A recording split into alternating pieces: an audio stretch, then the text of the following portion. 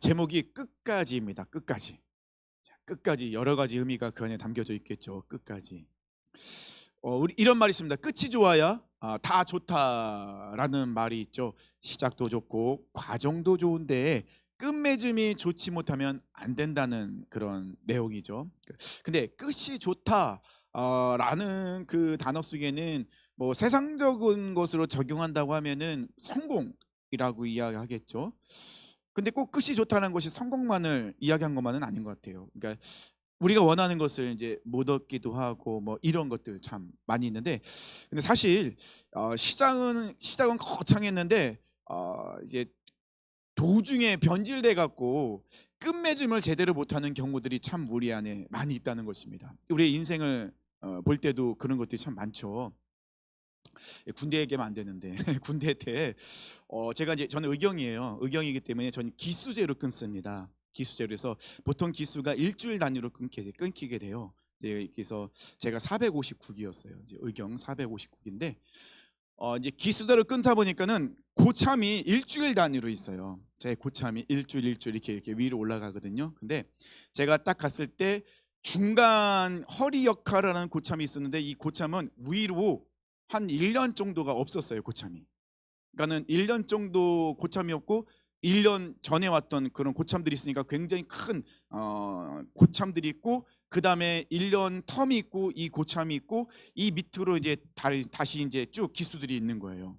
그러니까는 이 고참이 허리 역할을 하면서 굉장히 힘들었어요. 저 의경 때는 구타가 있었어요. 이렇게 공평하게 허용이 됐어요. 저도 맞아갖고 이빨도 막 부러지고 그랬었거든요. 이빨이 깨졌어요. 맞아갖고 굉장히 구타가 심했어요. 저희가 이제 출동을 이제 데모 진압하러 출동을 나가면 긴장을 해야 돼요. 긴장을 하지 않으면 분명히 사고가 터지거든요. 막 화염병이 날아오기도 하고 뭐 이제 쇠파이프도 막 이렇게 그런 상황 속에 놓이기 때문에 긴박한 상황이니까는 굉장히 그 군기를 바짝 잡을 때가 많았어요. 그래서 이 닭장차라고 하죠. 군인들 철장에 있는 차에 딱 타 있으면 그때부터 타면 완전 긴장인 거예요. 좀 졸거나 좀 딴짓하면 진짜 많이 맞았어요. 그런 상황이었는데 이 중간에 있는 고참이 굉장히 좋았어요. 그래서 어리버리하는 그런 쫄병들을 굉장히 잘 챙겨주고 또 억울한 일이 있으면 풀어주고, 그 다음에 이제 고참들에 대해 갈굼당하면 이 중간에 있는 그 기수 고참이 다 막아줬어요. 굉장히 밑에 이제 그 밑에 기수들 졸병들을 굉장히 잘 챙겨주고 보듬어주고 끌어주고 이랬거든요. 그런데 문제가 생겼어요. 어떤 문제냐? 이 중간에 있는 고참의 마지막 그 위에 있던 고참이 딱 제대를 한 순간 사람이 이렇게 변할 수가 있나? 천사가 악마로 바뀌는 거예요. 와, 이제 우리 중대, 우리가 세 개 소대가 있는데 이 세 개 소대면 보통 한 70명 정도 됩니다. 그래서 세 개 소대가 한 중대가 돼요. 이 중대에서 왕고거든요. 아무도 위로 고참이 없어요. 1년 동안 아무도 없는 거예요. 그러니까는 군복이 펴긴 폈죠. 완전히 왕으로 제대할 때까지 왕이니까요. 근데 천사가 이렇게 악마로 바뀔 수가 있나? 천사와 악마의 모습을 동시에 보는 일이 생긴 거예요. 와, 갈구기 시작하는데 이거는 보통이 아닌 거예요. 얼마나 많이 때리는지 몰라요. 얼마나 그 쫄병들을 갈구고 막 얼마나 심하게 하는지 몰라요. 사람이 어떻게 이렇게 변할 수가 있지? 이 사람의 변함을 저는 그 사람을 통해서 이렇게 사람이 천사였다가 이 악마로 바뀔 수도 있구나. 결국은 이 고참이 제대할 때 아무도 그 사람을 인정해주지 않았어요. 이 사람이 제대하기 전까지는 아무래도 왕고니까 고참이니까 어쩔 수 없이 말을 들어야겠죠. 근데 제대한 한 달 정도 남으면 그때부터 이제 말을 안 듣죠. 이제 민간인이니까 아저씨가 될 사람이잖아요. 나이도 솔직히 좀 이렇게 젊었어요. 어렸어요. 그러니까는 그런 나중에는 이제 모든 이 소대 사람들이 그 고참을 무시했죠. 사람이 이렇게 바뀔 수도 있구나. 그렇게 잘 챙겨주고 정말 보듬어주고 잘 이끌어줬던 사람이 그 위로 아무도 없는 상황이 되자마자 그렇게 어떻게 바뀔 수가 있지? 너무 정말 무서운 모습을 보게 되었다는 것입니다. 근데 이런 일들이 그 고참만을 통해서 일어나는 건 아니죠. 우리 인생 가운데서 이렇게 사람이 바뀌는 경우들이 참 많죠. 세상적으로 보면은 돈이 없던 사람이 갑자기 졸부가 돼버리면 정말 희한하게 바뀌는 경우들이 많아요. 이렇게 좀 뭐죠? 품위가 있는 부자가 아니라 조금 볼품없는 부자가 되는 모습들도 좀 보게 되고, 그리고 안타깝지만은 목사님들이 은퇴하는 경우 때 덕이 되지 못하게 은퇴를 하는 경우도 종종 보게 됩니다. 그런 말씀 이런 것들을 볼 때 끝까지 처음의 마음을 유지한다는 것이 정말 어렵구나. 그냥 그 마음을 유지할 수 있는 게 결코 아니라는 거예요. 정말 치열하게 싸워야 된다는 것입니다. 왜냐하면 상황에 이제 지나면서 처음 상황과 중간 상황과 끝의 상황이 바뀌거든요. 항상 상황은 바뀔 수밖에 없기 때문에 바뀌는 상황 속에서도 상황을 바라보지 않고 하나님을 바라보면서 끝까지 마음을 지키고 초심을 지키는 모습, 결코 쉽지는 않다는 것이죠. 그렇다고 해서 우리가 포기하면 안 되죠. 아무리 힘들어도 우리는 끝까지 마음을 지켜야 된다는 것입니다. 끝까지 하나님께서 우리에게 허락하신 그 시간, 그 사명을 다할 때까지 끝까지 하나님께 영광 올려드리는 것은 선택이 아닙니다. 의무이죠. 우리가 반드시 해야 될 것들. 이제 저희 어머니가 병원에 계신데 코로나에 걸리셨어요. 그래서 이제 1인실 올라가셨는데 정신이 없으실 때가 지금은 이제 정신이 점점 없어지세요. 그래서 정신이 없어지시면은 조금 죽음에 대한 두려움을 가지신다고 하더라고요. 정신이 있을 때는 뭐 계속해서 이제 돌보는 그 여사님께 예수님에 대해서 계속 말씀해 달라고 부탁을 해서 예수를 믿지 않는 여사님인데도 불구하고 계속 어머니한테 예수님에 대해서 이야기해 주신대요. 얼마나 감사한지 몰라요. 그런데 정신이 있을 때는 따라 하시는데 정신이 없으실 때는 안 따라 하신대요. 그래서 기도를 해요. 이제 우리 성도님 중에서 이제 부모님이 치매에 걸리신 분들이 계신데 치매에 걸려서 정신이 없을 때는 예수님을 부인하는 경우가 참 많이 생기거든요. 그래서 치매로부터 회복을 위해서 기도하지만 제가 기도하는 그 중 하나는 뭐냐면 그 우리 부모님이 끝까지 치매 중에 정신이 없다 할지라도 천국에 대한 소망을 절대로 잊지 않도록 끝까지 그 입술로 우리 예수님을 고백하고 천국에 대한 소망을 가지고 끝까지 승리하실 수 있도록 그렇게 기도를 하거든요. 그래서 우리 성도님 중에도 주변에 그 치매를 앓고 있는 분이 계시다고 하면 부모님 중에 그런 기도 꼭 해주셔야 돼요. 아무리 치매로 정신이 없어도 무의식 중이라도 본성이 자기를 잠식하는 그런 상황일지라도 입술로는 예수님을 고백하실 수 있도록, 입술로는 천국에 대한 소망을 분명히 고백하실 수 있도록 우리는 기도해 줘야 된다는 것입니다. 오늘 본문의 말씀은 사도 바울이 에베소 교회를 향한 고별 설교입니다. 지난주에도 말씀드렸지만 사도 바울은 굉장히 치열하게 사역을 했던 사람이에요. 사도 바울의 사역을 보면요, 내일은 없는 것처럼, 내일이 오지 않는 것처럼, 내일은 나에게 없다라는 그런 생각으로 사역을 했던 사람이 사도 바울이었습니다. 물불 가리지 않죠. 자기 생명 아끼지 않죠.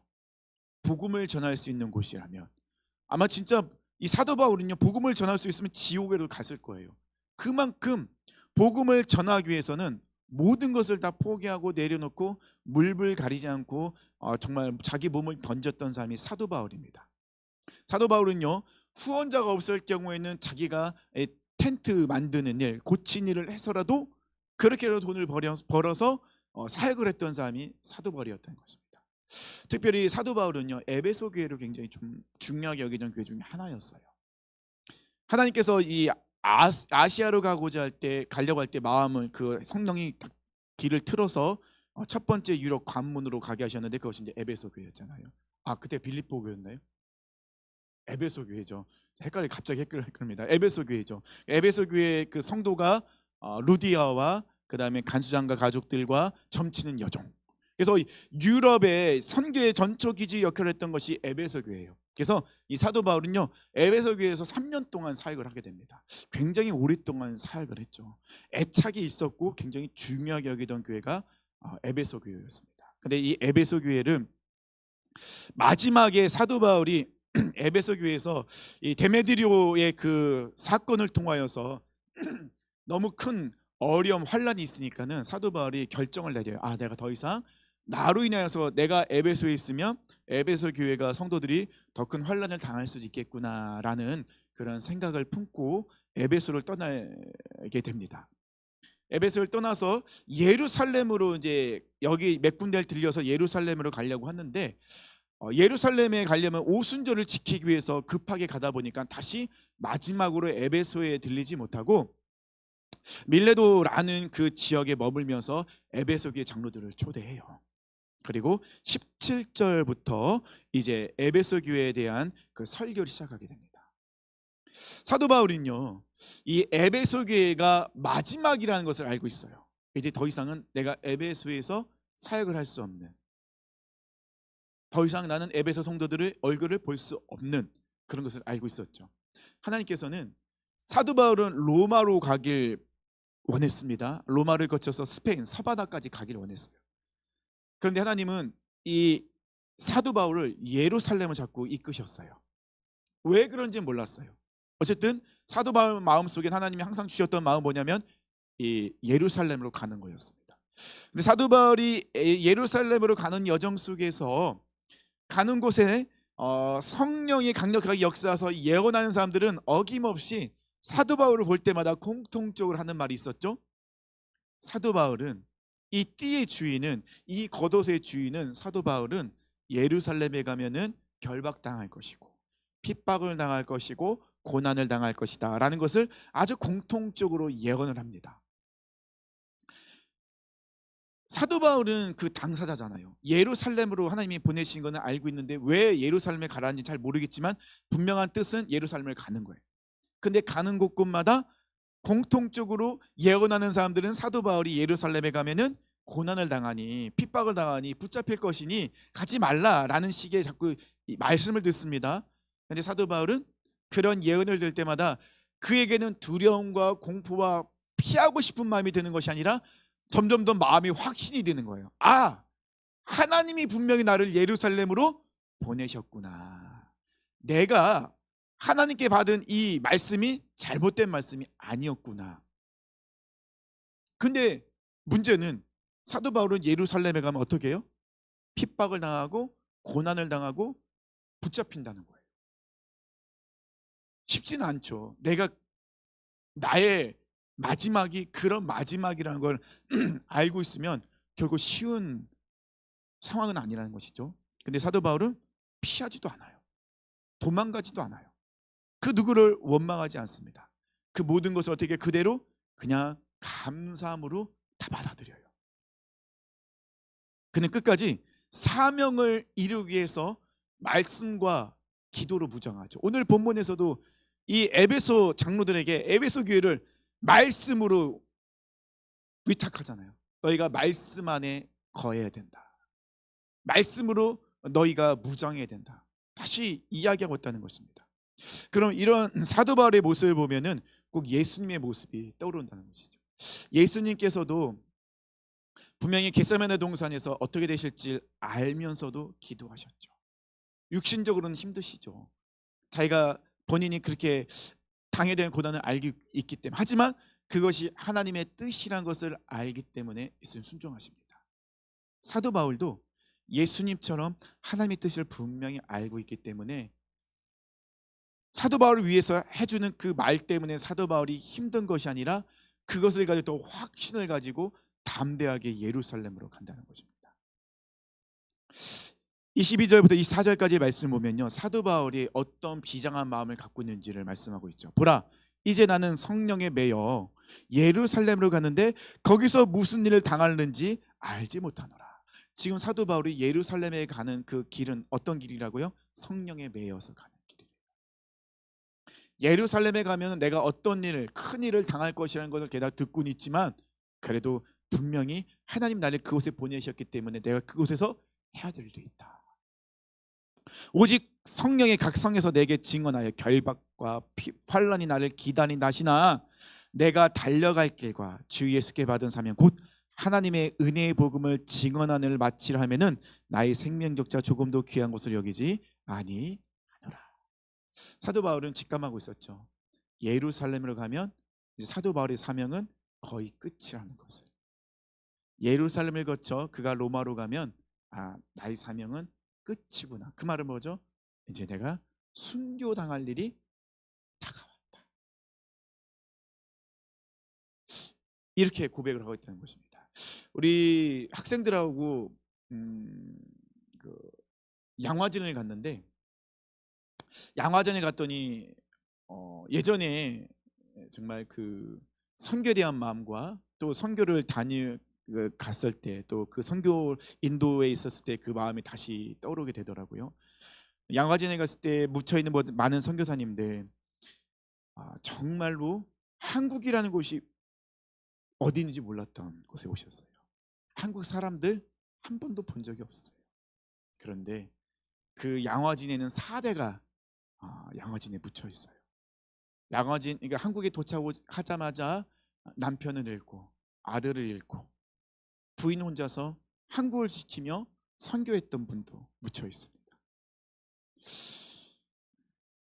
그분들이 그렇게 할 수 있었던 이유가 무엇이겠습니까?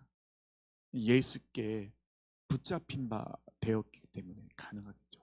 사도 바울도 예수님께 붙잡힌 바 되었기 때문에 나의 달려갈 길, 나의 사명을 다하는데, 복음을 전하는 데는 나는 조금도 두려워할 것이 없다는 것이죠.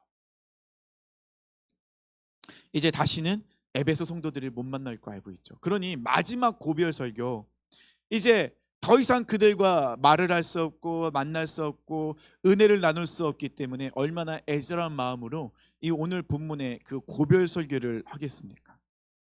그래서 사도 바울은요, 에베소 장로들에게 에베소 교회와 성도들을 부탁합니다. 그리고 어떻게 사역을 해야 될지를 알려줘요. 그러니까는 이 마지막 고별 설교는요, 에베소 교회 장로들에게 부탁하는 내용이에요. 이제 내가 떠나면 아마 여러 가지 어려움이 올 것이다. 많은 공격도 올 것이고 많은 이단들도 나타날 것이고 거짓 교사들이 들어와서 교회를 혼란스럽게 만들고 사람을 어떻게든지 꿰어서 나가려 할 것이다. 그렇기 때문에 당신들이 똑바로 서 있어야 됩니다. 그렇게 이야기하고 있다는 것입니다. 그렇다면 오늘 본문의 말씀은 목회자들한테 해야 될 말이지 여기 앉아 계신 성도님들한테는 전혀 관련 없는 말씀일 수도 있겠다라고 생각하시면 안 되는 거 아시죠? 네.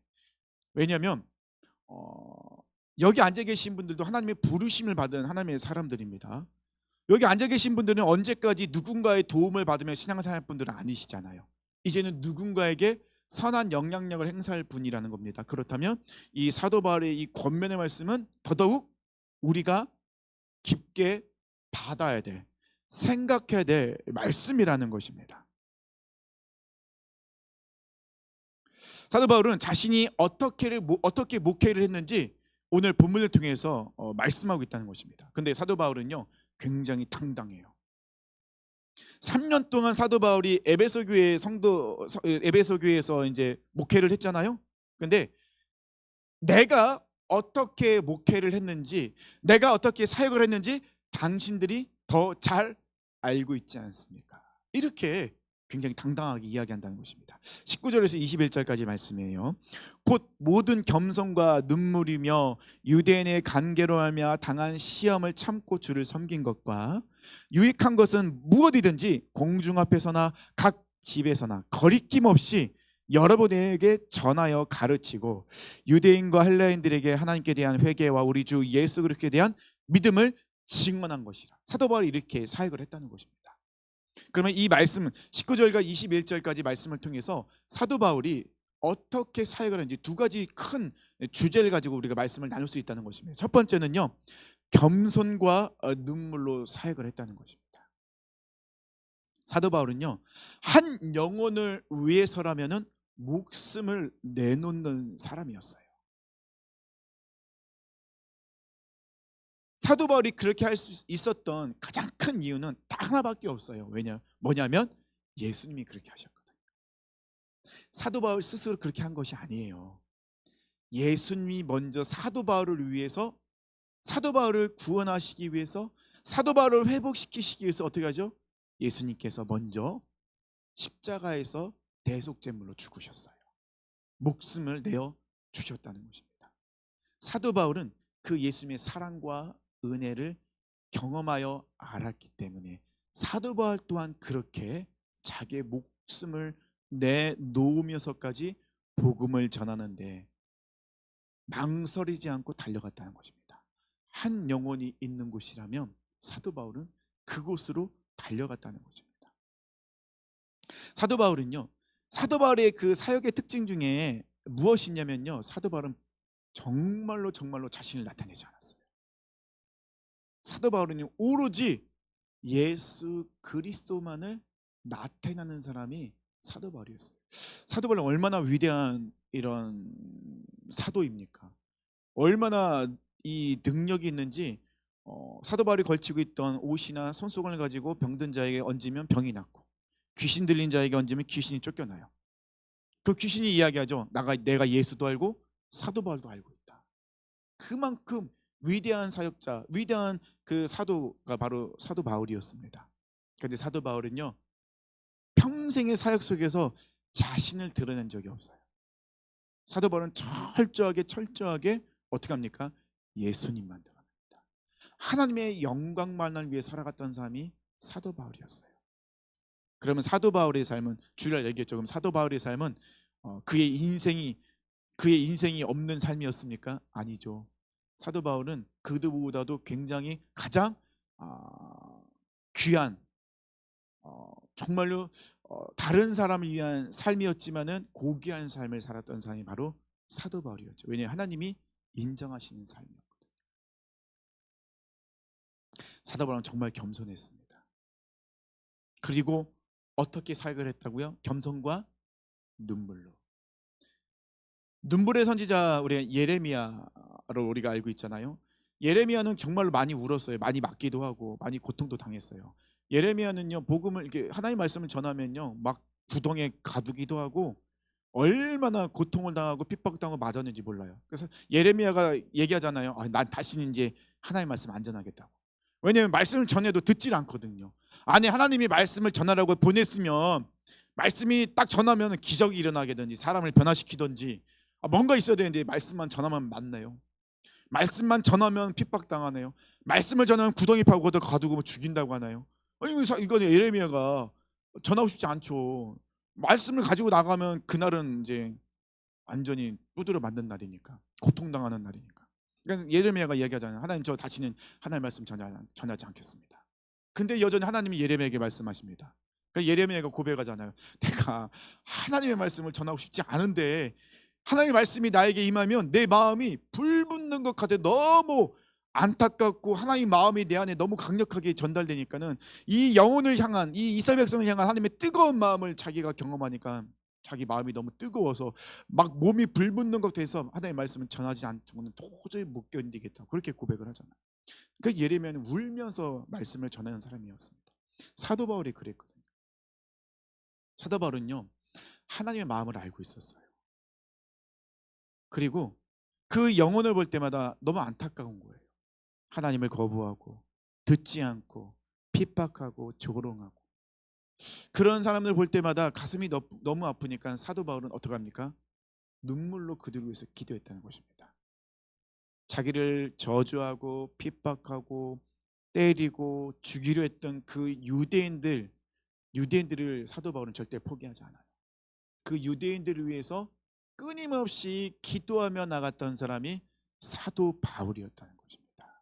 우리는 사도 바울의 능력 있는 사역, 이것을 보기 전에 먼저 사도 바울이 무엇을 봐야 되냐면요, 이 겸손과 눈물의 기도를 우리가 먼저 봐야 된다는 것입니다. 그냥 사도 바울이 그런 위대한 그런 전도자가 될 수 있었던 것이 아니에요. 그냥 그렇게 한 번에 만들어진 것이 아니에요. 사도 바울이 그런 위대한 전도자가, 복음 전도자가 될 수 있었던 것은 그 밑바탕에 무엇이 깔려 있습니까? 겸손과 눈물의 기도가 있었다는 거예요. 그 영혼을 향한 그 뜨거운 눈물이 있었기 때문에 그런 능력이 나타날 수 있었다는 것입니다. 저는 그래서 이 말씀을 준비하면서 제 자신을 한번 돌아봤죠. 제가 우리 성도님들을 위해서 얼마나 울고 있었는가. 지금도 이제 아픈 분들이 또 있잖아요. 그리고 여러 가지 어려움을 당한 분들이 있잖아요. 그리고 내 자녀를 위해서, 우리 다음 세대를 위해서 내가 얼마나 눈물을 흘리며 기도하고 있었는가. 혹시 그냥 습관적으로 기도하고 있지는 않았는지, 그 성도님들의 아픔, 우리 자녀들의 아픔을 내 아픔으로 생각하며 가슴을 찢으며 내가 기도를 하고 있었는가. 나라를 위해서 얼마나 울고 있었는가. 국회의원들이 손가락질하고 막 나쁘다고 막 그렇게 손가락질을 하고 있는데, 근데 과연 그들을 위해서 나는 얼마나 기도하고 있었는가. 정말 내 안에 왜 이렇게 눈물이 메말랐지? 라는 말씀을 준비하면서 좀 생각을 많이 하게 되었어요. 혹시 새벽에 기도할 때마다 습관적으로 기도하는 건 아닐까? 라는 생각을 참 많이 하게 되는 그런 말씀이었어요. 눈물이, 우리 안에 눈물이 메말랐다는 것은 어찌 보면 우리가 하나님의 마음을 잃어버리고 있는 걸지도 모르겠어요. 하나님의 마음을 알고 있다면 사도 바울처럼 끝까지 목숨 걸고 죽는 그날까지 눈물로 기도할 수 있었을 텐데, 그런 모습이 나의 모습이었을 텐데, 언제부터 나에게 이렇게 눈물이 메말라졌지? 이런 것들을 생각해 보는 시간이었다는 것입니다. 두 번째는요, 사도 바울은요 거리낌 없는 사역을 했어요. 20절에 보니까요, 유익한 것은 무엇이든지 공중 앞에서나 각 집에서나 거리낌 없이 여러분에게 전하여 가르치고. 그러니까 사도 바울의 사역은 거리낌 없는 사역이었다는 것입니다. 이 거리낌 없이에서 거리낌이라는 이 단어의 원어는요, 발음도 어려워요. 페페스 테일라멘이라는 단어입니다. 페페스 테일라멘. 뜻은 뭐냐면요, 사람들한테 사람들의 비위를 거스릴까 봐 무서워서 억제하거나 움츠러들거나 또는 교묘한 가장을 하거나 취소하는 것이 아니라, 다른 사람의 기분을 맞춰주기 위해서, 혹시 내가 이 말 전하는 것 때문에 저 사람이 나를 싫어할까 봐 두려워서, 아니면 교묘하게 무엇인가를 바꾸는 그런 것이 아니라, 복음을 위해서는 바른 교훈을 하는, 때로는 책망을 하는 그런 것이 거리낌 없는 이라는 단어라는 것입니다. 사실 이 부분이 굉장히 어려워요. 이렇게 했다가는 상처받을까 봐. 분명히 잘못된 게 보이고 안타까운 것이 보여서 그렇게 하시면 안 됩니다라고 이야기하면 상처받을까 봐 말을 못하는 경우가 좀 많아요. 제가 항상 저희 성격이 좀 우유부단한 성격이 있다고 그랬잖아요. 그리고 저희 누님이 5명이다 보니 이 독수리 오형제가 저를 얼마나 얼마나 힘들었겠습니까? 이 오형제가, 오자매가, 5자매가 누님들이 많이 눌렸어요. 그러다 보니까 눈치 보는 것도 좀 있었어요. 그러니까 저희가 굉장히 어려운 게 뭐냐면요, 무엇인가를 정확하게 알려드리는 것이 저한테는 굉장히 어려운 것 중에 하나이기도 해요.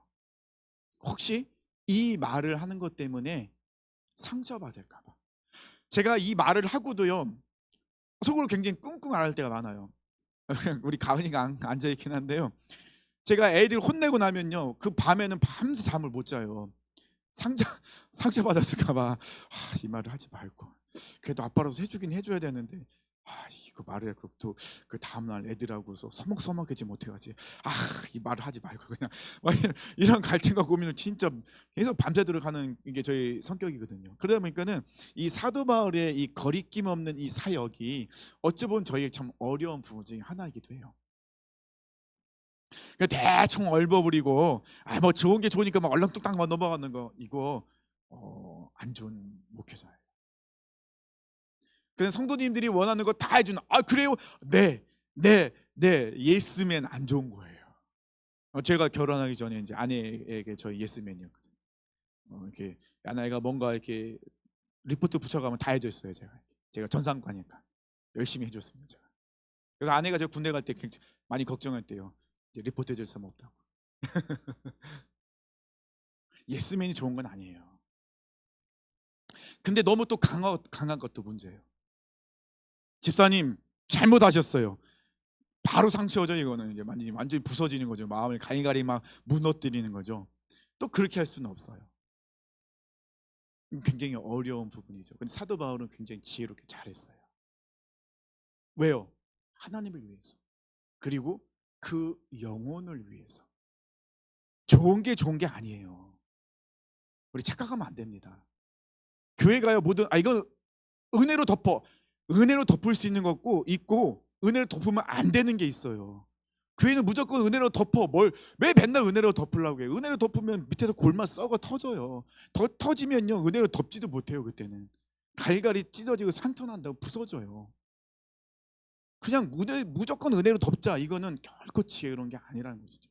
사도 바울은 이 부분에선 철저하게 했다는 거예요. 때로는 가르칠 거는 분명히 가르쳤다는 거예요. 아닌 것은 아니라고 외쳤다는 것입니다. 그리고 품어낼 때는 한두 끝도 없이 품었던 사람이 사도 바울이에요.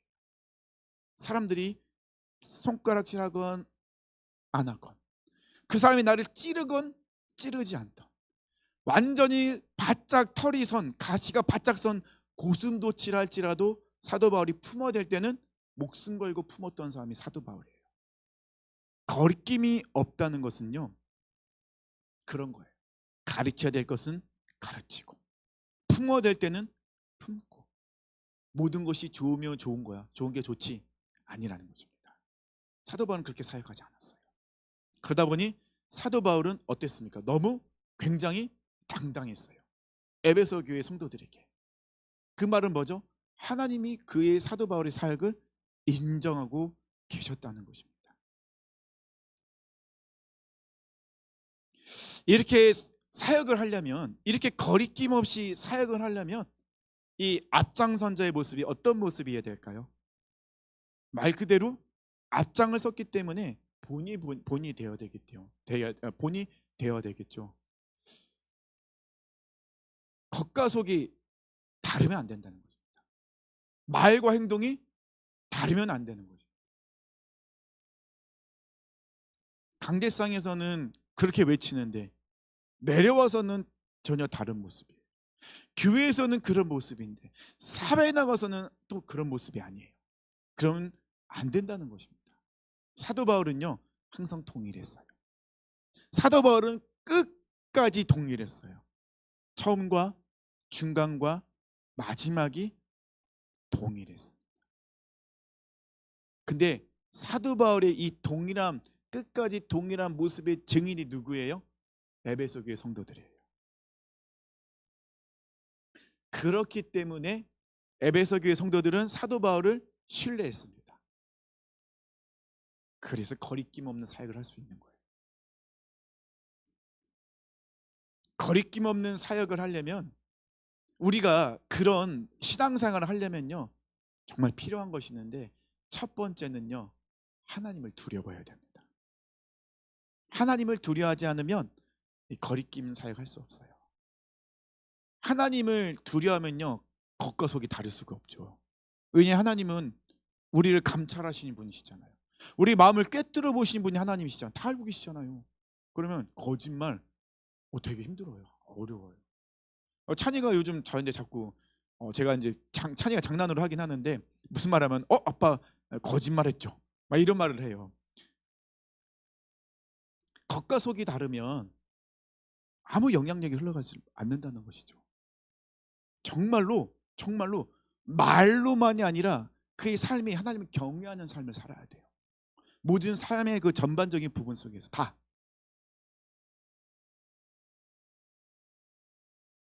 그리고 철저하게 말씀과 기도로 무장해야 돼요. 그의 이 마음의 중심 기준이 말씀이어야 돼요. 그렇지 않으면 그런 삶을 살 수가 없어요. 근데 말씀이 우리 안에 들어왔다 할지라도 우리가 기도하지 않으면 그 말씀을 살아낼 수가 없어요.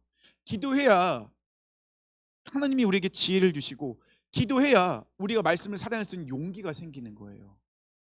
기도하지 않으면 지혜와 용기가 생길 수가 없다는 것입니다. 그 사도 바울은요, 눈물로 끝까지 기도했잖아요. 그래서 사도 바울은 그런 거리낌 없는 사역을 할 수 있었다는 것입니다. 사도 바울이 에베소 교회 성도들을 신뢰했습니다. 에베소 교회 성도들은요, 사도 바울을 신뢰했어요. 그래서 사도 바울이 그들의 잘못이라든지 또 그들을 책망하고 가르칠 때 에베소 교회 성도들은 상처받지 않았죠. 왜냐하면 나를 미워서 하는 게 아니라는 것을 알고 있기 때문에. 사도 바울은 하나님이 주신 말씀을 전하는 사람이라는 확신이 있었기 때문에 사도 바울이 그렇게 책망을 하고 가르치고 혼내더라도 상처를 받기보다는 그것을 통해서 자신의 삶을 뒤돌아보고 바꾸려고 노력을 많이 했다는 거예요. 에베소 교회 성도들이 그런 모습이었다는 것입니다. 그만큼 신뢰가 쌓였기 때문에 그래요. 저도 우리 교회 성도님들과 그런 신뢰가 쌓였으면 좋겠다라는 마음을 가지고 기도를 합니다. 제가 무슨 말을 하든 오해하지 않고, 성도님들이 저에게 말씀하셔도 저도 그거에 대해서 오해하지 않고 상처받지 않고 그냥 웃으면서 그 모든 것을 넘길 수 있고, 또 말씀하실 때 또 제가 바꿀 건 바꾸고, 그런 목회를 했으면 좋겠다라는 그런 마음을 품고 가고 있습니다. 우리가 그런 모습이 되어야 된다는 것입니다. 사도 바울은 마지막으로 이 에베소 교회 성도들에게 이런 사역을 하면서 끝까지 그 에베소 교회 성도들에게 했던 것은 끝까지 변치 마라, 흔들리지 마라. 당신들이 예수님을 만났던 그 감사와 감격과 그 눈물을 끝까지 하나님 부르시는 그날까지 가지고 가라. 그렇게 이야기하고 있다는 것입니다. 35절 말씀하고 있죠. 범사에 여러분에게 모범을 보여준 바와 같이 사도 바울이 이런 모습을 보였다는 것이죠. 그는 끝까지 초심을 잃지 않았어요. 초심을 잃으면 안 된다는 것이죠. 수고하여 약한 사람들을 돕고 주 예수께서 친히 말씀하신 바 주는 것이 받는 것보다 복이 있다 하심을 기억하려 할지니라. 36절입니다. 이 말을 한 후 무릎을 꿇고 그 모든 사람들과 함께 기도하니 다 크게 울며 바울의 목을 안고 입을 맞추고. 우리 사랑하는 모든 성도님들이 사도 바울처럼 끝까지 초심도 잃지 않고 중심도 잃지 않고 시선도 잃지 않고, 물론 흔들리기도 하겠지만 그래도 끝까지 변하지 않는 그런 삶을 살았으면 좋겠습니다. 제가 먼저 그런 삶을 살겠습니다. 같이 그런 삶을 살았으면 좋겠습니다. 근데 혼자 하다 보면요, 제 자신을 보질 못해요. 물론 이제 저희는 이제 집에 저희 선지자님이 계시니까 선지자님이 자주 말씀해 주세요. 자주 외쳐 주세요. 경고를 해주십니다. 예레미야처럼 마음에 불붙는, 하나님 마음에 불붙는 마음을 주셔갖고 자주 경고를 해주시죠. 그 선지자님이 선포하실 때 그 당시에는 안 듣는 척하죠. 듣는 척하죠. 근데 이제 다 마음속에 두고 있죠. 바꿔야 되는구나 이렇게 마음을 먹고 있죠. 우리는 서로 그런 사람들이 돼야 돼요. 서로. 우리는 내 자신은 스스로 못 봐요. 내가 말을 할 때 내 자신을 못 봐요. 하지만 옆에 계신 분들 내 자신을 잘 보고 있거든요.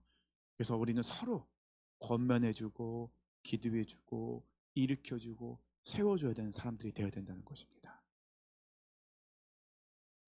사랑하는 성도님들, 여전히 하나님을 향한 마음 편치 않으셨죠. 여전히 그 중심이 하나님이시죠. 여전히 주님만을 의지하고 계시죠. 예수님 만난 그때, 예수님 만났을 때 그 감사와 감격과 예수님에 대한 그 첫사랑, 그것을 생각할 때마다 여전히 눈물이 나고 계십니까? 너무 오래전 일이라서 그것을 꺼내기가 너무 힘드셔서 눈물이 메말라 있지는 않습니까? 우리 다시 한번 초심으로 돌아갔으면 좋겠습니다. 예수님을 만났을 때 그 마음으로 돌아갔으면 좋겠습니다. 예수님 만났을 때 그 감사와 감격이 우리 안에 있었으면 좋겠습니다. 비록 흔들리기도 하고 넘어질 수는 있지만 우리는 끝까지 변하지 말아야 됩니다. 끝까지 주님만을 의지하면서 초심을 유지하며 나가야 된다는 것입니다. 그 성도님 저를 위해서 기도해 주실 때 혹시나도 제가 뭔가 조금 다른 분위기가 느껴질 때 저에게 질문 이렇게 물어보셔야 돼요. 말씀해 주셔야 돼요. 목사님 조심은 안 해주셨죠? 이렇게 말씀해 주셔야 됩니다. 그래 제가 조심히 이런 것처럼 보이나요? 기도하겠습니다. 이런 모습이 우리의 모습이 되지 않을까요? 지금 사도 바울은 에베소 교회 장로들과 그런 말씀을 나누고 있었습니다. 그리고 에베소 교회 장로들에게 부탁하죠. 당신들이 끝까지 변하지 말아야 됩니다. 당신들이 끝까지 변하지 않으면 에베소 교회는 평안하게 든든히 서갈 수 있습니다. 여기 수요예배 오신 분들은요, 그런 사명이 있으신 분들이에요. 열정이 있으시기 때문에 수요일 저녁에 오신 거거든요. 그럼 우리 사랑하는 성도님들이요, 그런 저와 같이 결단하시고 그렇게 저와 같이 그 삶을 사셔야 돼요.